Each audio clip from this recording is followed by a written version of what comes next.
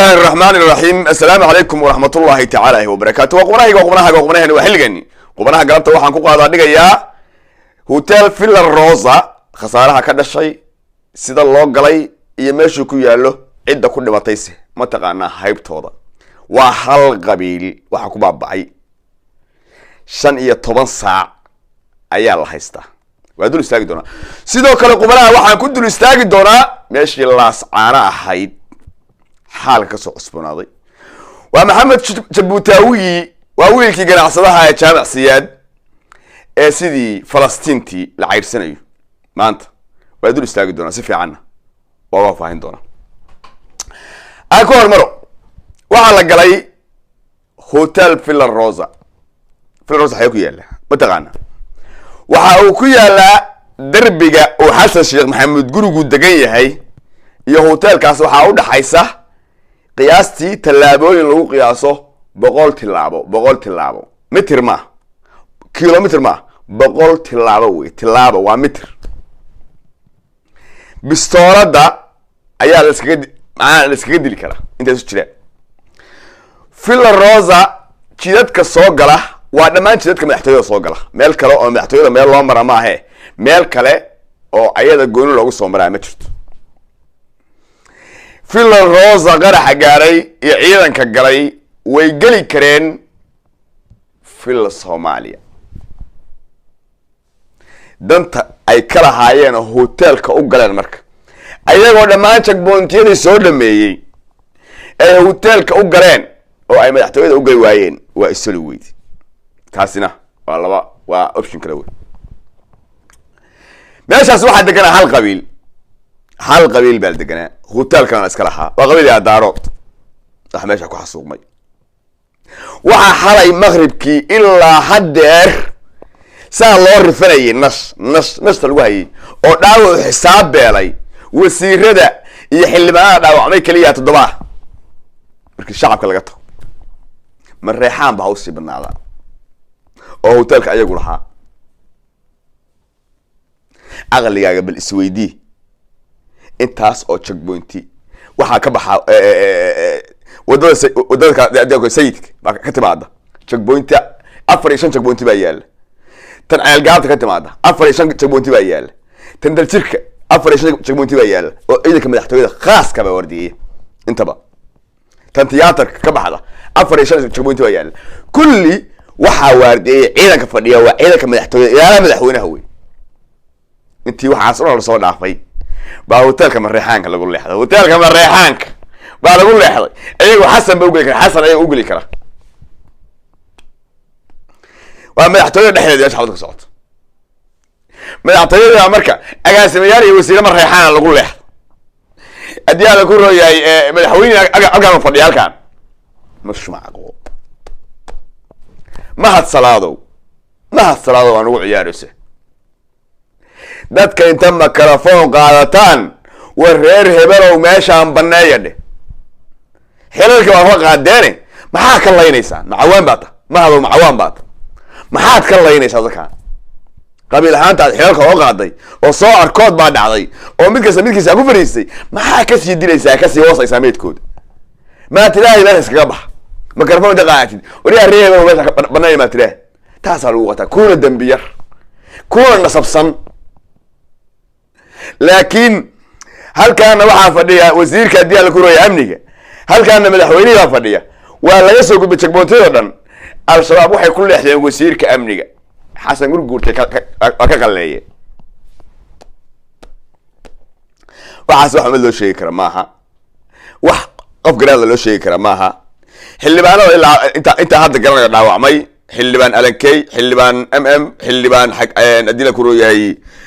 وزير دولة حاجة وزير كأمنية أدي دود شيء وحصلنا ودعوة اللي أنا كوكل اللي شيء أنا معناها مقايير وضع عين وهو الدارات أليس إلهي هون حريص أنت نبطي أنت دعوة أنا الله أبوك الرجاء بس لكن حديه بالدارات مدحتويه النحلة دي ماشي كل يوم أسكو أمين لهين حسن جرجور تدبدي ساحيد أيادي اللي كسر طبق علي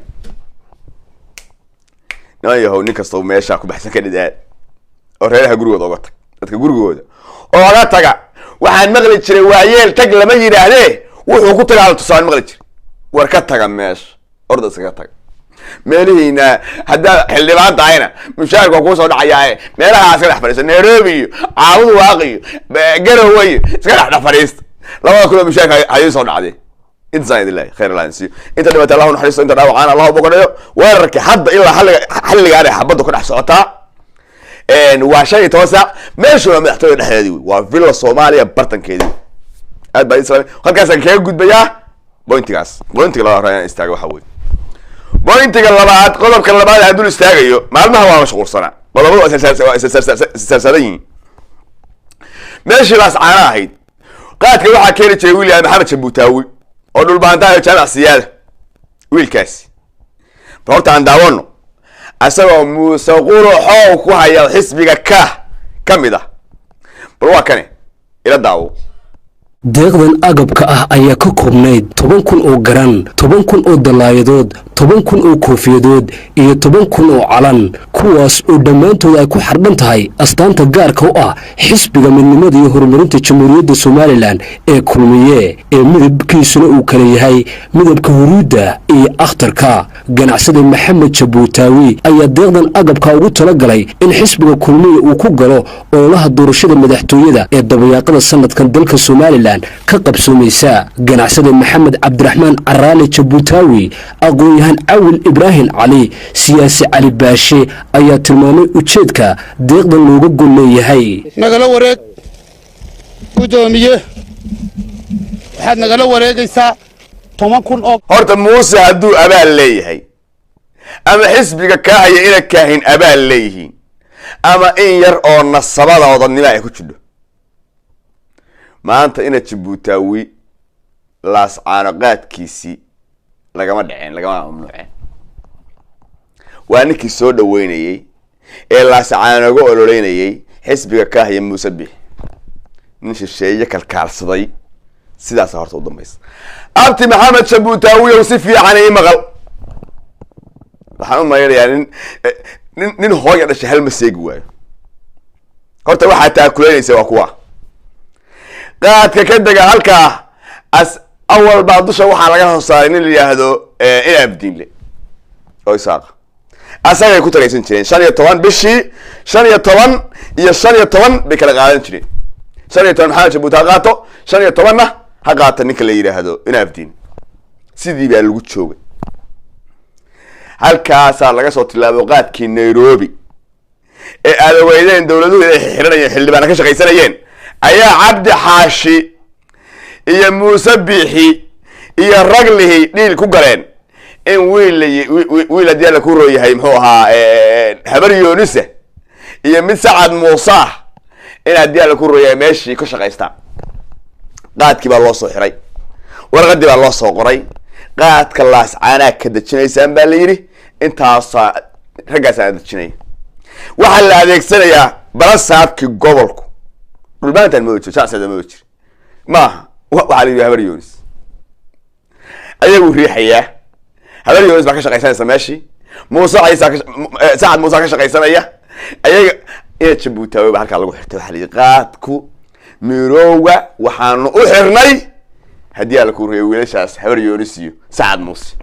mid yaa sidko iyo mid Liban Euro adigu waxa ka tahay la yiri meeshan anaga amarna Somaliland baa la yiraahdaa raali ahaw am shiraab baa la yiri ana ku xirin qaylays Maxamed Jabuutaawi maqlaysan Maxamed Jabuutaawi mid baan ku leeyahay asagoo waliba kalmad baa ka naxay aad aan naxay oo warqaadka mirowga isaaq ma cuno harti baa cunay hartigayga ii daaya ka isaaqsaday waa tan ila dhageyso isaaq wuxuu cunaa qaadka Itoobiya horta mirowga laas caanood ka daga yaa cuna war Hargeysa ma geeyo oo berbere ma geeyo oo Burca ma geeyo isaaq wuxuu cunaa qaadka Itoobiya hartina wuxuu cunaa qaadka Kenya war harti baan qaad ku celiya guri isaaq leeyahay ma geeyo waxa iga marxaatiya reer Hargeysa reer berbera reer Burco anigu nuway baana wax badan baan qarnaya Hargeysa waan kala digay qaadka anoo Maxamed Jabuutaawi jawaanadii baan dib uga soo qaatay ورساق بقات كان عنا بالويدي مقالة أنت جحمرتي بالويدي وروحنا هرتبان وجيها لا سعامود بنك لتجا أنا وحنا وقلادي واحد أنا ذوق وقلاتين قدامي وحوتي ليبان أدونا واحد ولتي أنا أسودي صدق إنه إساق الله سعامود بقاري كرتو runtii anigu de isaaq laascaanood ka sheegan maayo oo dadkii keenay soo kaciyay baaban ahaa laakiin danguri wax ka weyn la mariyaa wuu dilaacay inaadeer warqadda aad kala soo baxday cumar sayid waxaa kuugu qoran ninkaa waxa loo xidhay qaadka miirowga mala ingiliishka maxamedow waxa way sii oran mayo nin shisheeye tan ku qaatay tani waa u dambayn ninka la yiraahdo fariinteeda waxaa gaarsiisaan ninka loola jiray ina cambaashow wiilka maanta saa loo galayo ee laascaan lagu dhex jiidayo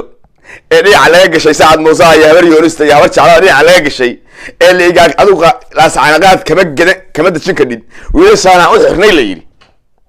waa wiil jaamac siyaada in adeerkaaya nin baa waxaa laga sheegay saddexdii dibi ee libaaxa u yimid ee iscaawin jiray ee u kala sheekeeyay subaxii dambe ee haddii alla ku rooyay mid marka uu cunay kii u dambe markuu cunayay wuxuu yidhi nuris diyaari maanta imaada cunin waxay cuntay bi maalintaad saxii caddaa cuntay akatu yowm thawr abyad bi abti labadina abti baan idaa ilma abti baana ninka la yidhaahdo ina cambaashow maanta wax ciidan haysta oo laascaana jooga oo isaaq yuurs ka dhigay adaa jira maanta markii in adeerka lagu hor cunana birina adaa lagu cunaya birina adaa miiska saaran qof jaamac siyaada qaad kale ma degi karo laascaanaday timid qof jaamac siyaada ciidan ma xukumi karana waa imaanaysa qof jaamac siyaada ciidanka haddii ala ku raya laas ma xukumi karana way imaanaysaa waxba uma jeedo afka karay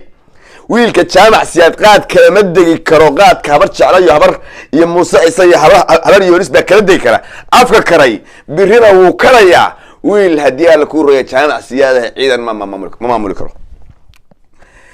ina abtiyow oo ina eedada ina xadguri baa ku dhashay maanta waa kula hadlaya kala siyaasadda waa noqon karnaa waa kala aragti duwanna dee siyaasaddu dee adduunka yurubta maanta ku nool mid dawladda tahay dad wada dhashay waalaa weeye ayagoo dhanba oday habar ka soo jeeda laakiin siyaasadda kala fogeysay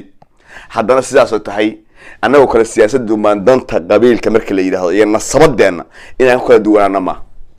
ina adeero maanta ciidan addu jaamac siyaada hadaa haya maalinba rag in adeerta baa lagu hor cunaya in adeerow dhiig gubbiya maahe ragga maanta u hiili wiilka maanta laascaana laga cayrsanayo waa wiilkii eelaboorkaa dhisay wey waa wiilka keliya ee waa maxamed jabuutaan waa isla garanaynaaye aan kala siyaasad ahaano laakiin xiniye intuu leeyahay nin inkiraya maahi maalintii laascaana yaa miidiya la yidhaahdo maalintii la yidhahdo waryaa haddii ala ku rooyahay meeshaa duntay maalinta la yidhahdo halkaana si noqotay maalinta la yidhahdo washaqa baahiin u baahan wiilka keliya dhaqaalo laga qaado wey eelaboorka maanta la leeyahay kalamadii kale qaadkana waa kii dhisay wey war jaamac siyaadow war siyaasadda iyo jiritaanka kala saara oo jiritaanka bal horta ha lagu dhiidhiyo siyaasadda dhibata jiritaanka jaamac siyaadow ha lagu dhiidhiyo maanta waxaa loo soo adeegsanayo ninkaa oo dhinac ordaya oo haddii alla ku rooyahay waa dhulbahanto kale wey dhulbahanto kale weeye waxa loo dhinac ordayo maanta loo adeegsanayo cabdixaafid oo magaalada khamriga keena khamriga baa maanta dhinac ordayo haddii alla ku rooyahay Jabuuti la challenge gareeli kii haddii alla ku rooyahay buskud dhiiqa iyo UN-ka u shaqayn jiray loola jiray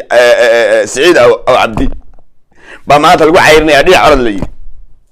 lafa geelo ayaga la subshaawi warna maasha fariinteeda gaarsii war jaamac fariinteeda gaarsii war maanta jiritaankii bay maraysaa baashi maxamed hadduu meesha ka baxo لا جامع سياد كلامه كلام الله سبحانه ويل هبر يونس يا هبر شعلي موسى محمد سعد موسى بحرية دي ليري birina waxaa imaanaysa qof jaamac siyaada ciidan maamuli karee maanta ka hortag taas war ka hortaga war ka kaca war jiritaanka iyo nasabka bal ilaashada kaliya intaasaan leh maxaa Jabuutaawiya waa mid aadna ku leh lax kasta shilinka isbitaal lagu qowraca Muuse nasabadii yeelan waa ashaga ku soo dhaweynaysay ina kaahino sidoo kale tasho niya u tasho nin baa ka dhigay ama dagaalan ama isdiib ama dagaalan inta saadiqna ku leh wassalaamu calaykum waraxmatullaahi tacaala wa barakaatuh ciao ciao